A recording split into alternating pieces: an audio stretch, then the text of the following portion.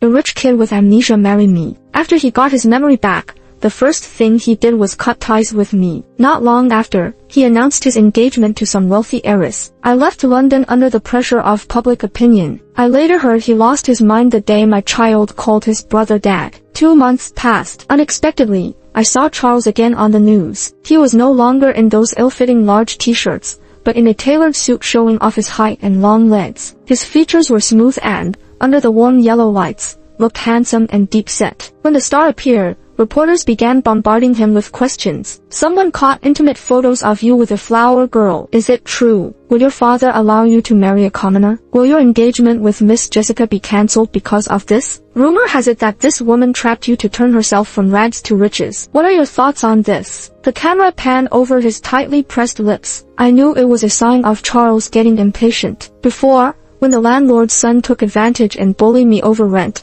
Charles showed the same expression. He'd get so mad, he threatened with his fists. If you dare bully Karina again, don't make me slap you. He couldn't fight, and he jumped behind me when he saw a cockroach. His tough act made me snort with laughter. The next moment, the camera swept over a woman dressed elegantly under the stands. In a white dress with raven hair, her pale cheeks almost glowing, every movement was full of grace. The camera then turned back to Charles. Charles stood up from his seat, slowly approached the beautiful woman. Under everyone's watchful eyes, the once arrogant rich heir kneeled on one knee, extending a hand to the woman. The woman quietly looked at him. After a few seconds, she placed her hand in his. He bowed his head and kissed her pale hand, his gaze sincere. The affection he once held was now directed toward another. Charles, in this life, will only marry Miss Jessica. The Charles family will give the land in the North District to the Jessica family for free, as compensation for the year I was missing and any grievances Jessica may have suffered. After he finished, he turned to the camera, eyes blazing. Certain people shouldn't think they can rise to the top with little tricks. It was obvious who that was about. Charles' words indirectly answered the reporters' questions, and they straightforwardly denied any of our past together. I turned off the TV as my brother Leo hobbled out of his room on crutches. I hurried to support him. When is Charles coming back? My brother always clung to Charles. Even his leg got better because of Charles' help. As I started to lie again, he interrupted me. I asked Nick. Charles didn't go to the city with him. Why are you lying to me? Looking into my brother's innocent eyes, I felt a lump in my throat. That's when the landlord's son, John, came by again. He pushed my brother to the ground with ill intent in his eyes as he looked at me standing in front of my brother. I saw the news. Your husband doesn't seem to acknowledge you. Ha. He emphasized husband with a mocking tone. Did you really think that rich son of a businessman would leave his heiress fiancée to marry a flower girl like you? You're just a toy for the rich. Anyway, you didn't officially register as his wife. I don't mind taking care of you. Give me a big fat son, and I'll talk to my dad about cutting your rent in half. As he tried to grab my wrist, I struggled hard, but there was a big difference in strength. I couldn't break free. I instinctively looked to the door, hoping Charles would rush in like he used to. But then I mocked myself. He was a high and mighty heir now. Why would he stoop so low to come here? I opened my mouth, bit John's arm hard. He yelped and raised his hand to slap me. I shut my eyes. The expected pain never came. There stood Charles, against the light. His black shirt sleeves rolled up to his elbows, showing muscles from many hard days' work. In an effortless move, he captured John's arm, kicked him harshly to the ground. In that moment, his figure overlapped with the one I spent countless days and nights with. I looked up, eager to call out to him, but he only glanced at me coldly. Any hint of affection was gone from his gaze. Next to him, a lawyer-looking guy handed me a check and some contract papers. Miss Karina, here's $2 million. Mr. Charles hopes you can keep this secret. Hearing this, the landlord's son, John, stopped shouting. His eyes locked on the check in the lawyer's hand. Karina, seems you didn't forget living here. Look at you now. Where's my money? He showed greed all over his face. Unexpectedly, Charles, with no expression, stepped on John's back. That name disgusts me. Listening to the cries below, his facial muscles didn't flinch, like it was just a regular day. He simply turned his head towards me. Seeing my hesitation, Charles smirked knowingly. Not enough. He glanced at the lawyer again. The lawyer quickly pulled another check from his briefcase, placing it with the other. Charles took them gently from the lawyer's hand and passed them to me. His voice, though, had no warmth. $5 million. Miss Karina, please bury this shameful past. At this moment, Karina's face was as beautiful as ever, but only by seeing him truly standing there, the real him, Could I pull myself out from the dream where he was still mine, realizing he could never be my Charles again? He stared at me indifferently, clearly showing contempt. Once, he would never have looked at me like that. Honestly, from the moment he walked in, I noticed him brushing the dust off the air. "Charles, what's up?" Leo asked cautiously. Hearing that, Charles frowned. Leo, clearly spooked by his look, didn't dare say another word, because back then, Charles always had a gentle smile. He would precisely trim flower stems for me. He would cheer his brother on with a beaming smile, helping him find his footing in life again. When I hurt my hand, he rushed to help me, his eyes tearing up as if he'd been hurt himself. In those moments, I'd pat his head, trying to comfort him. He'd nuzzle into my shoulder like a sad puppy, murmuring, "Sorry, Karina, I can't give you a good life." I'd jokingly reply, "It's okay. You can spoil me when you're rich." We'd giggle together, and he'd joke, "I'm too good looking. Maybe I'm the rich family's son. If my memory comes back, first I'll marry you." I'd play along, and seeing him so happy, my mood would lighten too. I thought he was just joking. But on my birthday, in front of my brother, he pulled me into a wedding just for us. Since he had no ID, we couldn't officially register. He took the stud from his left ear and put it on mine. He held me close, kissed my lips, and said, "From now on, you're my wife." The grown man, mature as he usually seemed, had a childlike pride in his eyes. I wiped my tears, smiling uncontrollably as I hugged him back. Charles' lips tightened. He was impatiently waiting for my answer. I pushed away the check and papers, a hint of scorn playing on my lips. What am I supposed to forget? I don't know any Mr. Charles. I only knew the man who spent day after day with me in the flower shop. Maybe he didn't expect that answer. Charles paused, looking away. The blue stud, matching mine, shimmered with a strange light. Finally, he nodded, but left the check on the table and walked away without looking back. I watched him leave, hoping he'd turn around, but all I saw was him removing his right earring and tossing it into the trash by the door. If 5 million could end the relationship, maybe it wasn't a loss. But there are no what-ifs in life. That night, someone came to my door. A beautiful woman shielded her nose with a handkerchief, waving away as if disgusted. A single glare, and her bodyguard smashed everything in my house, including the glass frame by my desk. It shattered on the cold ground, cutting my exposed ankle, leaving a bloody trail. The smiles of the man and woman in the photo were ripped apart too. Linda had me tied up and gagged to stop any cries for help. She stood in the center, looking down at me like I was trash in a dump. "Charles might have sympathy for you, but I don't. Some stains shouldn't exist, nor do they belong." She gracefully gestured for the men to stop. Her demeanor was gentle, as if she were merely engaging in a fun activity. In stark contrast, a stack of bills was thrown at my face, degradingly. She idly toyed with her handkerchief. "Miss Karina, I trust you understand, despite your kind not being a threat." The chill brushed my cheek, as the metallic scent of blood reached my nose. Linda's gaze drifted to the wooden door nearby. "I hear you have a crippled brother." I wanted to scream, but no sound came. I begged, desperately pleading with the elegant woman, to spare the only family I had. "Karina, what are you thinking?" A tall man handed me a wine glass, gently wrapped an arm around my waist, and kissed my forehead. Opening my eyes, the shabby room was now a luxurious party. "It's been 2 years. I forced myself from that nightmarish memory. My expensive dress in place of old clothes." I took the glass with a smile. "I was wondering if I'll get you on the front page. After all, I was just a small-town florist 2 years ago, not the type to attend such events. Now, here I was, as Leo's date, openly at a Lulan family gathering. No wonder it was causing a buzz. This girl's Leo's now. Isn't she the one from that scandal with Charles 2 years back? Such lengths to be a phoenix. But Leo's dad sure doesn't like him. Her plan's doomed. What's so special about this schemer? Anyway, listen." I motioned to Leo. He seemed unfazed by the gossip,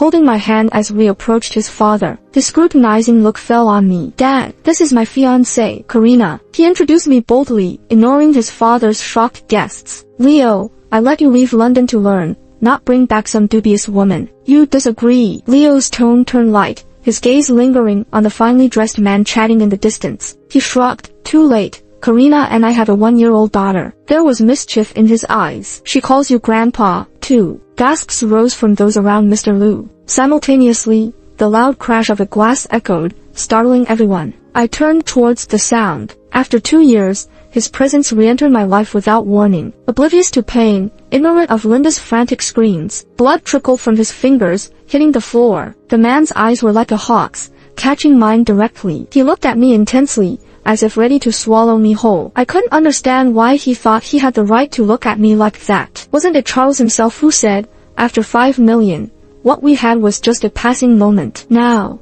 I'm just showing up as his brother's fiancé, and he can't handle it. The murmurs of concern were getting louder. A moment ago, the crowd was watching the drama unfold with us. Now, they've all crowded around Charles. Even his father just gave Leo a sharp look before turning away from us. I instinctively pulled my gaze away and looked at Leo next to me. Our eyes met as he looked down at me. Although he looked a lot like Charles, Leo had a very different vibe. Unlike Charles's maturity, Leo kept his hair short and had a flair for saying unexpected things. Feeling his grip tighten, I squeezed his hand reassuringly. Let's go home. Nora's waiting for us, I suggested. Our goal was achieved. No point sticking around. Leo let me lead him outside. He slipped off his suit jacket, draping it over my shoulders, and told me to wait for him at the door while he fetched the car from the parking lot. I nodded. The party was at a private villa in the suburbs, and the temperature difference between day and night was noticeable. The chilly breeze gave me goosebumps. My phone buzzed a couple of times. It was the nanny, saying Nora was crying for her mom. I softly comforted my daughter over the phone. I'll be home soon, Nora. I gave the nanny a few more instructions, asking her to fix some food for Leo since he hadn't eaten much at the party despite having several drinks. His stomach's touchy like that, and he'd probably have a hard time sleeping on an empty stomach again. I got so wrapped up in the call, I failed to notice someone approaching quietly. A familiar, strong presence surrounded me, making me take a cautious step back. If 2 years ago I still hoped to see some trace of Charles in him, then now he was fully Charles, the wealthy, entitled man. His deep eyes locked onto mine, bloodshot like he was holding something back. Maybe he thought he'd scare me into backing off. But what he didn't know was that I'm the type to meet his gaze, even with a friendly smile. Pleasure to meet you, Mr. Charles, I said, watching his angry expression freeze momentarily. His eyes stayed fixed on mine, seemingly trying to figure out if my calmness was real or just a front. I just looked back at him evenly, with not a hint of fear. Finally, I caught a rare moment of bewilderment on his face,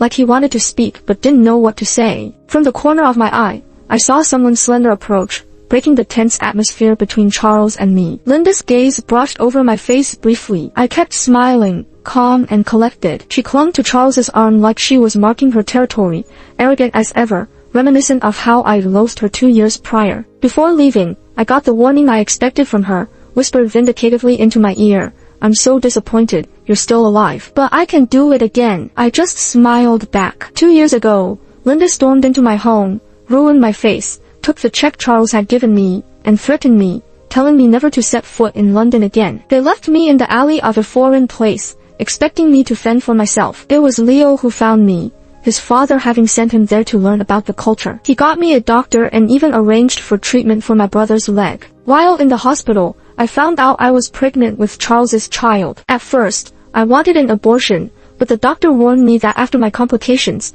getting rid of the baby could mean I'd never have kids again. Leo encouraged me to go through with the pregnancy, saying that in a new country, having a child could make life feel different. It was later that I discovered Leo was Charles' older brother. He had this carefree approach, unlike what you'd expect from someone from a high-status family. He openly talked about being the unacknowledged son, cherished by no one. Nora was born, and on her first month, Leo confessed he'd like to return to London with me and wanted to give me a rightful place by his side. Initially, I hesitated, but he was persistent, and took care of Nora so well that her first word was surprisingly Dad. He promised he'd treat Nora like his own daughter. And Leo, he treated me better than Charles ever did. He told me he wasn't in a rush, he'd wait until I opened up to him completely. Eventually, when Nora was 9 months old, I decided to return to London with him. He took action, introducing me to his father at the party. He made me feel secure, but it was unfortunate that the car lights a short distance away flashed twice. I picked up my bag and hopped into the passenger seat. Leo reached over,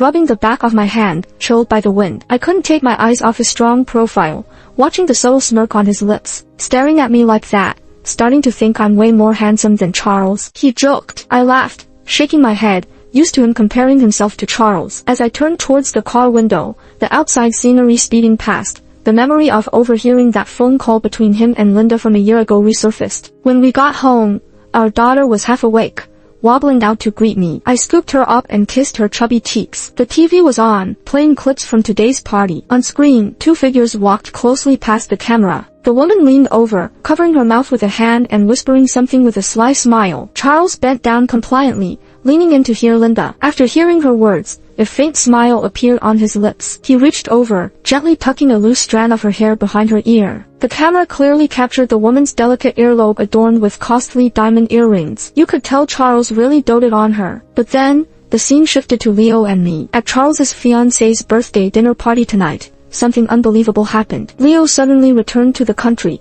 bringing along his former flower girl as his date and even announced her as his fiancée. It was hard not to wonder if bringing a woman like that to his brother's event was a deliberate provocation. Charles and Leo have been at odds for a while now. I thought I'd never hear such belittling words again. I sighed. Leo picked up the remote from the side and turned off the TV. His brow furrowed. Those media folks do nothing but talk nonsense. They never care about the truth. After saying this, he seemed to remember me, and carefully took our daughter from me. He looked just like a good father. Karina, I really want to be Nora's dad. I nodded, reminding him to eat. Seeing I hadn't changed, he seemed to relax, ignoring the brief contemplation flickering in my eyes. After Leo left, I grabbed my phone to quickly type an address. The moment it showed sent, I swiftly deleted the message. Since I came to London in a rush, I told Leo the first wanted to go to the mall to get Nora some winter clothes. Without hesitation, he agreed. Leo took us to the largest mall owned by their family. Holding Nora in his arms,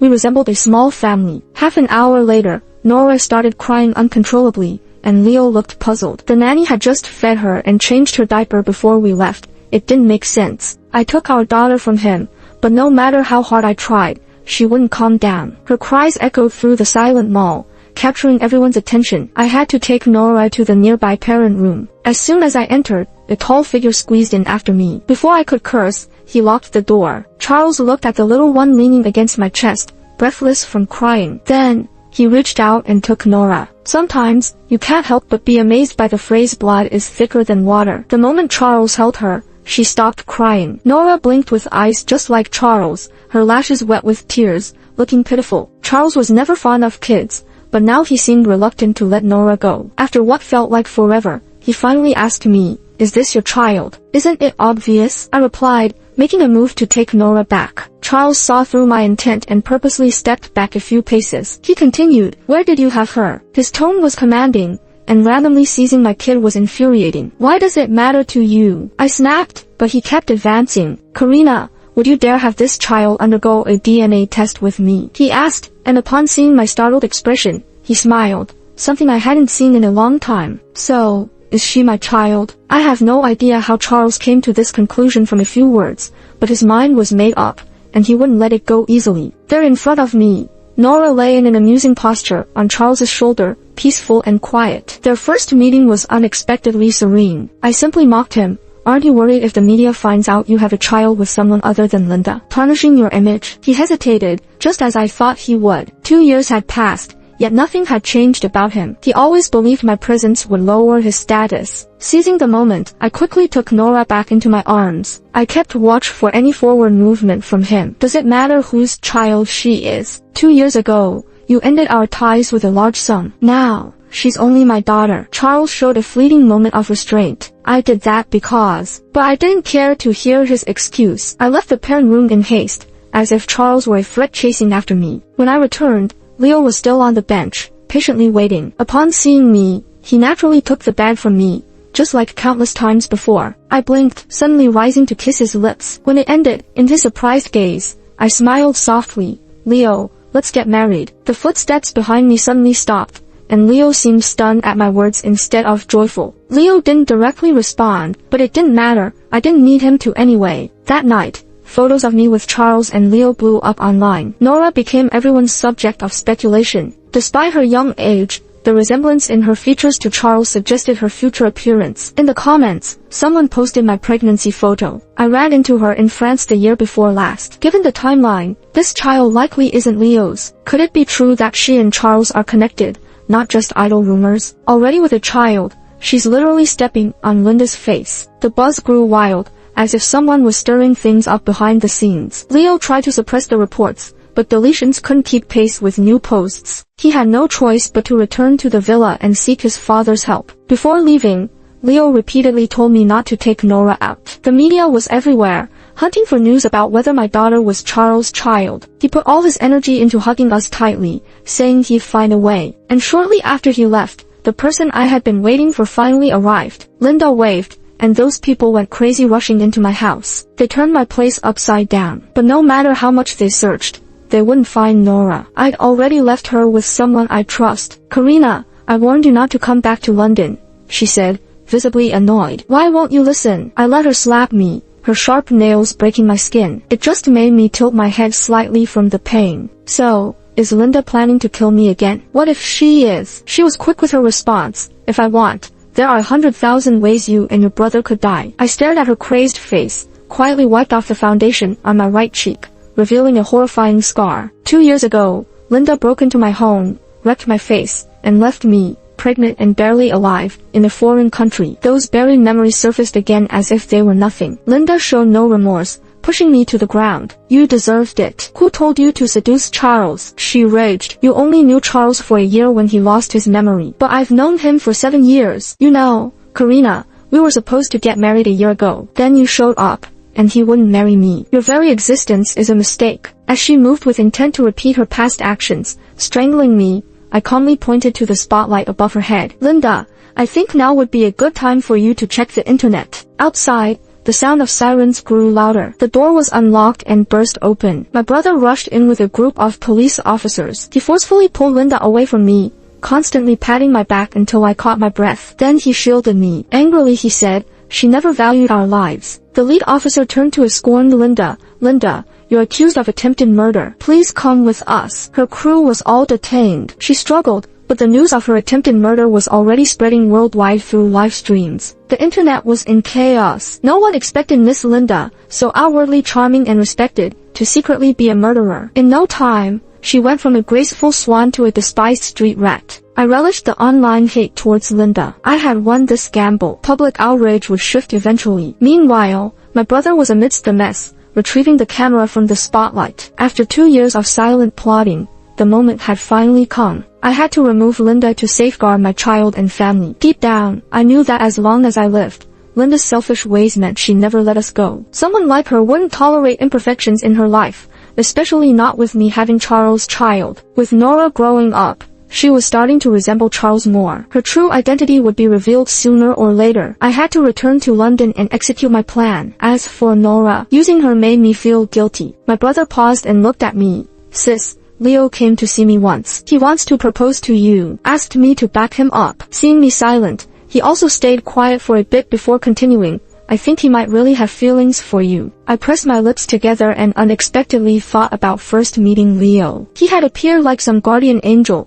rescuing me from despair. Life's not like a storybook with such coincidences. But I did need help when I was overseas. I played along with Leo. He wanted to humiliate Charles through me, and I needed him to give me a pathway back to face Linda. So I smiled lightly and ruffled my brother's hair. If it starts from manipulation, how true could it be? That kind of relationship is unnecessary. Epilogue. Linda's family is wealthy and well-known, which makes it easy to protect her. But they underestimated the power of the internet. In London, people even raised flags against their businesses, saying that a family raising a murderer must not produce anything good. Word has it that the day Miss Linda was taken out of the police station, someone was waiting there to throw rotten eggs at her. Linda was so scared she screamed out loud. With undeniable evidence, she didn't even have the right to explain. Wealthy families care a lot about reputation. They couldn't give up on her emotionally, but they couldn't let someone with a tarnished reputation represent them. So, the former Princess Linda became Molly, her sister, who was always overshadowed by Linda. Molly told me that Linda was sent abroad overnight and was not allowed to return. Her engagement to Charles was naturally called off as well. But none of this matters to me. After everything happened,